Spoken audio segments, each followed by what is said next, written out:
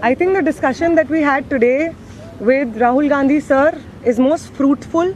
ऐसे discussions जो इस देश की शिक्षा व्यवस्था पे होते ही नहीं है, शिक्षा व्यवस्था पे चर्चा नहीं होती है, इस पूरे शिक्षा व्यवस्था को जिस तरीके से टेक ओवर करके यंग प्रॉमिसिंग माइंड्स को, उनकी एजुकेशन को, लर्निंग को, क्यूरियोसिटी को ख़त्म कर दिया जा रहा है, इस पे कोई डिस्कशन नहीं होता है. And it was a wonderful discussion on that.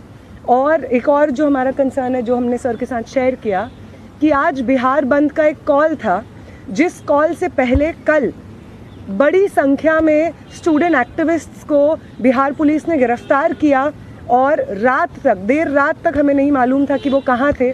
साथी दीपांकर, साथी सबा, साथी संदीप सौरभ, साथी परवेज, साथी दिव्यम, साथी नौशाद, ये तमाम स्टूडेंट्स 40 और स्टूडेंट्स के साथ में बिहार पुलिस ने अपने कस्टडी में लिए हैं और वो गायब हैं सिर्फ इसलिए क्योंकि वो चाह रहे थे कि बिहार में शिक्षा व्यवस्था का जो हाल है वो दुरुस्त हो, वो बेहतर हो. लेकिन बिहार में भी भाजपा की जो डबल इंजन की सरकार है उसने वही रवैया अपनाया है जो दिल्ली में हम देखते हैं, बाकी राज्यों में देखते हैं. और जो तीनों डिमांड सर ने यहाँ पे रखी हैं वो बिल्कुल सही मायने में इस देश के नौजवानों, छात्रों की डिमांड्स हैं. No step back on Dharmendra Pradhan's resignation.